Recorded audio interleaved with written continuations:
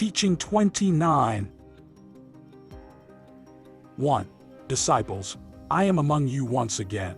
But since the form through which I communicate with you is new, you doubt, not understanding that you should not be held back by forms. If you do, you shall not find the truth. 2. Man is the means through which I manifest myself in this time. This is why you doubt my communication. My message is in the essence of the word which the spokesman reveals through his lips. 3. You doubt again today. Would you have me come to you as in past times? Remember that you also doubted then. 4. I do not speak to you through the scholar or the philosopher, for then you would not have attributed the word to me but to him. But rather, I have come to manifest myself through the humble, through the ignorant and dull, so that by comparing the insignificance and smallness of his material body with the greatness and wisdom of the word which springs from his mouth, you might come to understand that only the Lord can speak with you thus.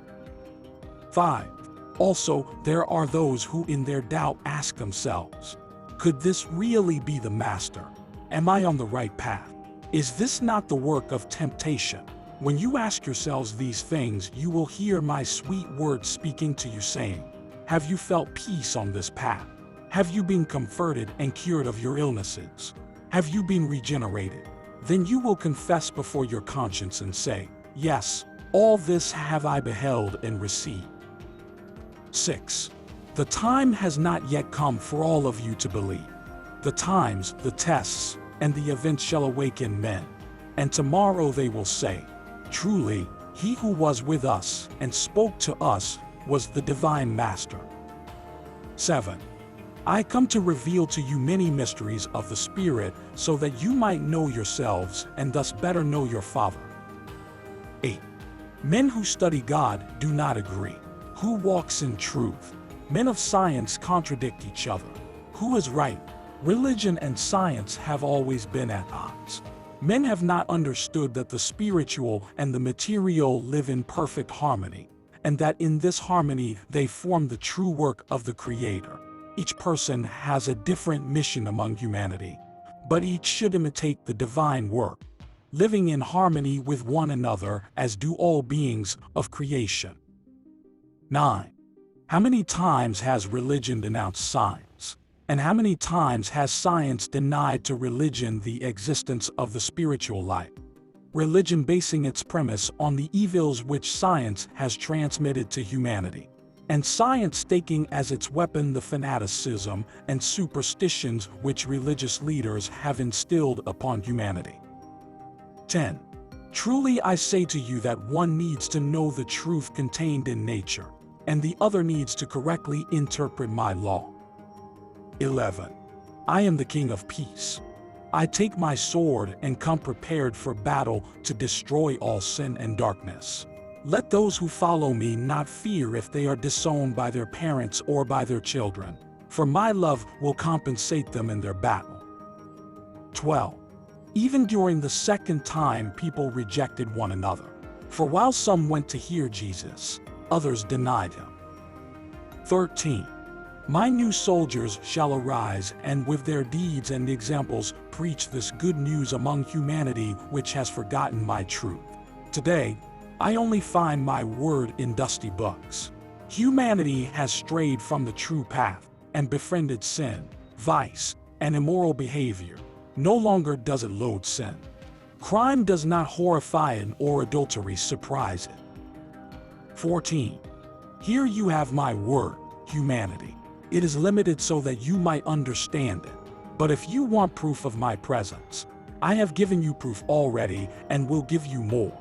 However, do not weep nor tear your hair when it presents itself. 15. During the second time, Jesus was walking one day followed by his disciples.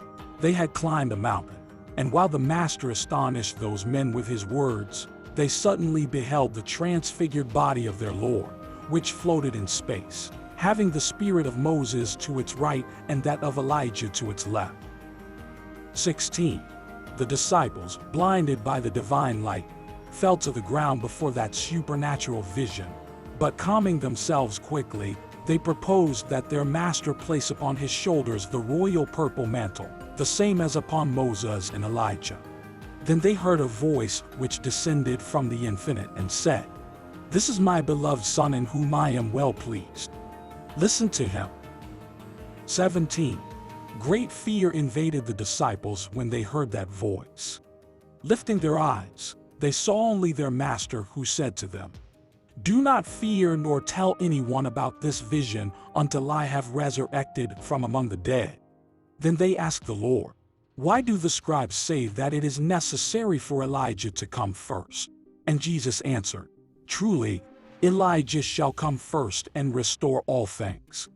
But I say to you that Elijah has already come, and they knew him not. Rather they did with him as they pleased." Then the disciples understood that he spoke to them of John the Baptist. 18.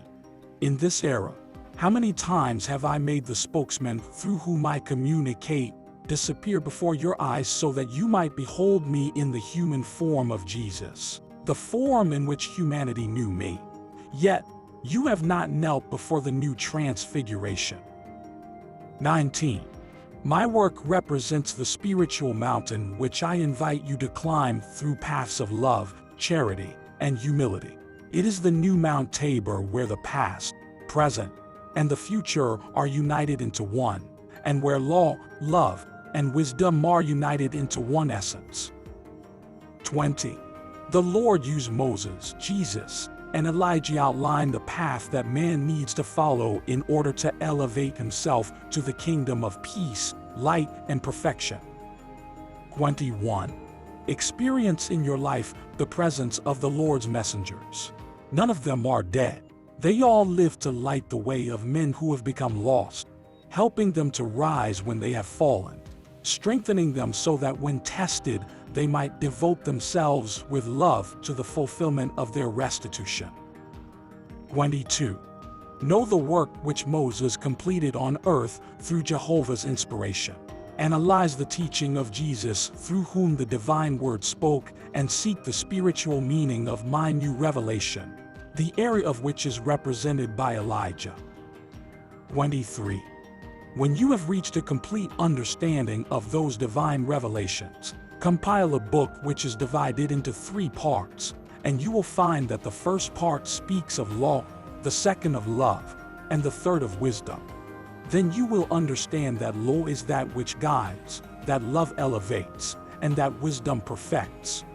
Finally, you will understand that these revelations have been delivered to you in perfect order, enlightening human life, and that the lesson of love was given to you when you already had ample knowledge of justice. In the same way, wisdom will come to you when you live in harmony with the teachings encompassed by love. 24. It is through man that the Lord has always spoken to humanity. For between the divine being and the human being is your spirit, which interprets the celestial message, which perceives and senses the eternal. 25. Moses, Jesus, and Elijah represent the 3 phases in which I have manifested myself to you. The arm of Moses, which held the tablet of the law and pointed out the path to the promised land. The lips of Jesus, which pronounced the divine word. And Elijah, who, with his spiritual manifestations, opened the doors that lead to infinity and to the knowledge of that which you call a mystery. 26. I am conversing with you, speaking to your hearts. While you must hear me through the human spokesman, I hear you when you speak to me in the most intimate part of your beings. 27. I am Christ, the one who has been persecuted, insulted, and converted into a common criminal in this world. I come to you, after what you did to me in the second time through Jesus, to give you proof once more that I have forgiven you and that I love you. 28. Naked you took me to the cross, and thus I return among you. For I do not hide my spirit and my truth from your eyes behind the garment of hypocrisy or falsehood. But in order for you to see me, you must first cleanse your hearts. 29. You would wish to behold me in all of my greatness, and the Master would so wish to manifest himself to his disciples. But I always find you taking your first steps and must limit myself until I can be understood by you. 30. What would happen if suddenly you were to see my light in all of its splendor? You would be blinded. What if you were to hear my voice in all of its power? You would lose your reason. And if I were to unleash all of my power on the spokesman through whom I communicate, what would become of him? His material body would disappear. 31. For that reason, except that the Father would limit himself in order to be understood, felt, and beheld by men. But even within that limitation, he is perfect, wise, and infinite. Many of you would like for me to perform material miracles in order to believe that it is I who manifest myself. You did so during the first era when Moses called the people to take them through the desert to the promised land. Many of you demanded that he perform powerful works in order to believe that he was God's messenger so that you could follow him. 32. Moses had offered sufficient proof that the true God was with him, but the people wanted more evidence. The messenger, taking the multitudes to the slopes of Mount Sinai, called upon the power of Jehovah. And the Lord, hearing him, granted him great proofs and miraculous things. 33. If the people had thirst, I manifested my power through the faith of Moses by having water spring from the rock. In the people's hunger, I gave evidence of my presence, sending them manna because of the prayer of him who led Israel. 34. The people wanted to hear and to see the one to whom Moses listened and the one whom he perceived through his faith. I manifested myself to those people in a cloud and had them listen to my voice for hours and hours. But it was so potent that men felt themselves dying of fear. Their bodies shook and their spirits trembled before that voice of justice. Then the people begged Moses to plead to Jehovah not to speak any longer to his people, for they could no longer listen to him. They recognized that they were still too small to communicate directly with the Eternal One. 35. During the time in which Christ lived in Jesus among humanity, men would say on beholding him, "How can the son of the carpenter and of Mary be the promised Messiah, the one who the prophets announced and for whom the patriarchs waited? How can this humble man be the Son of God, the Liberator?" But the Master spoke, and his word made those who came to him in good faith tremble. Even the unbelievers trembled. At every step the crowds demanded a miracle of Jesus, and he would perform it.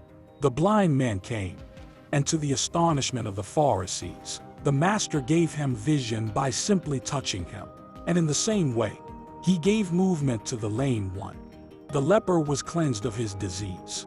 The one possessed was liberated. The adulteress was converted with one word, and the dead rose at his command. 36. Whatever men asked in order to believe and recognize me, I gave them. For in me was the power to give them whatever they asked, since the divine spirit was hidden in Jesus in order to manifest itself and to fulfill the law. 37.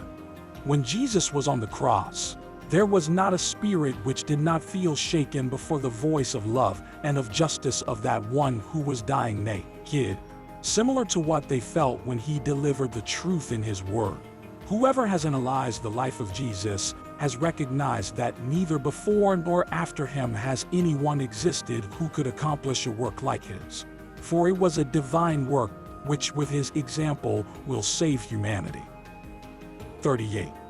I came meekly to the sacrifice, for I knew that my blood would convert you and save you. I spoke with love and forgave you to the last instant, because I came to bring you a sublime teaching and to trace for you the path toward eternity with perfect examples. 39. Humanity wanted to make me give up my mission with the fragility of the flesh, but I did not give up. Men wanted to make me blaspheme, but I did not blaspheme. The more the crowds offended me, the more pity and love I had for them. The more they hurt my body, the more blood flowed from it to give life to those whose faith had died. 40. That blood is the symbol of the love with which I trace the path for the human spirit. I left my word of faith and hope to those who were hungry for justice, and the treasure of my revelations to the spiritually enlightened ones. 41. After time passed, humanity became aware of the one who had been in the world. Then the work of Jesus was considered to be perfect and divine and recognized as superhuman. There were many who shed tears of repentance. There were many spirits who experienced great remorse. 42. In this time, I appear before you spiritually on the Mount of Perfection, having, as in the vision of those disciples, Moses and Elijah at my side, the three messengers who have traced for men the way of the Spirit through the fulfillment of the law. 43. Moses presented to humanity the law engraved on stone. Jesus culminated his law of love on the cross. Elijah in this time came as a divine ray to enlighten every spirit with wisdom. Each messenger has had his time to have humanity understand the divine message, the revelations, and the prophecies. 44. Moses was saved from the waters so that he might become a man, liberate his people, and deliver to them the law of God. 45. The Word became man in order to say to humanity with his example, I am the way, the truth, and the life. Mary, the Virgin Mother, was the blessed ladder by which Christ descended unto men. Mary, the holy and sweet Mother of Jesus, nourished with her breast the one who later would nourish every spirit with the divine bread of his word. 46. Everything that Christ said to you and taught you with his deeds was a law which came to confirm the one which you had received through Moses. But not everything was said, nor was everything revealed. It was still necessary for Elijah to come to prepare my arrival once again, thus fulfilling the prophecies in my word. For that reason he manifested himself through human spokesmen to enlighten spirits, hearts, and minds. He came to help men understand that which had already been revealed, and to prepare men for the new revelations and explanations which I would entrust to you in this word. 47. Those who listened to the first manifestations in 1866 heard those words which said, I am Elijah, the prophet of the first era, the one who appeared at the transfiguration on Mount Tabor. Prepare yourselves, for the 7 seals are being revealed to you, and the mysteries will be explained so that you might behold the path of your salvation. 48. Also, in this instant I am being contemplated united with Moses and Elijah by those who have developed the precious gift of spiritual vision. Some of you will find yourselves astounded and others repentant before this transfiguration. But this light and this grace will be shed on all the earth. 49. Moses, behold your people. They are the same ones that you led through the desert in search of the promised land. Disseminated and errant, they wander throughout the world. While some have understood that the promised land is in my bosom, and that one comes to it through the love which my word teaches, others have possessed the world as if it were their last dwelling and their only possession. These did not believe in the Messiah, or have they felt the presence of the Holy Spirit. Return to them in spirit and once again indicate to them the path to the promised land, to the celestial homeland. Should they not believe you, let the sun darken, the moon lose its light, and the earth tremble, for these people will awaken, and never again will they become lost. 50. My charity is with humanity. At every dawn I propose peace to men. But they have not wanted my love. They have created war, and they pronounce justice among themselves. For that reason, the bad weed will be cut down, and every impurity cleansed in the waters of love and regeneration. 51. After death, the resurrection to the true life will come. After war, peace will be made, and after the chaos, light will shine in consciences. For I am the light of the world. 52. The year of 1950 will arrive, and until then many spokesmen will transmit my word. They will hear me in other nations. But on the last day of my manifestation, the spiritual valley will have its eyes upon you. The spirits of the inhabitants of the earth, those of your fathers, the patriarchs, and the just, will be present. Blessed are those who are obedient to my law, for they shall be judged as sheep of the divine shepherd. But woe unto the disobedient, for they shall be judged as he-goats. 53. Elijah, you are the light. In this time, which is yours, it has been revealed to humanity that there are not 3 laws which have been delivered to it, but only one delivered in 3 times, and which is condensed into 2 precepts: to love God above everything created, and to love one another. Today, I manifest myself in order to remind my people of past teachings, and also to announce my new revelations to them. 54. On this day in which you have recalled the moment that Elijah opened the 3rd time to humanity when he communicated through a human spokesman, feel the love of your master, cast away your bitterness, and take firm steps in the path of salvation. 55. Live in harmony with my revelations of the 3 times, and eternally convert your existence into an inexhaustible source of justice, love, and wisdom. My peace be with you.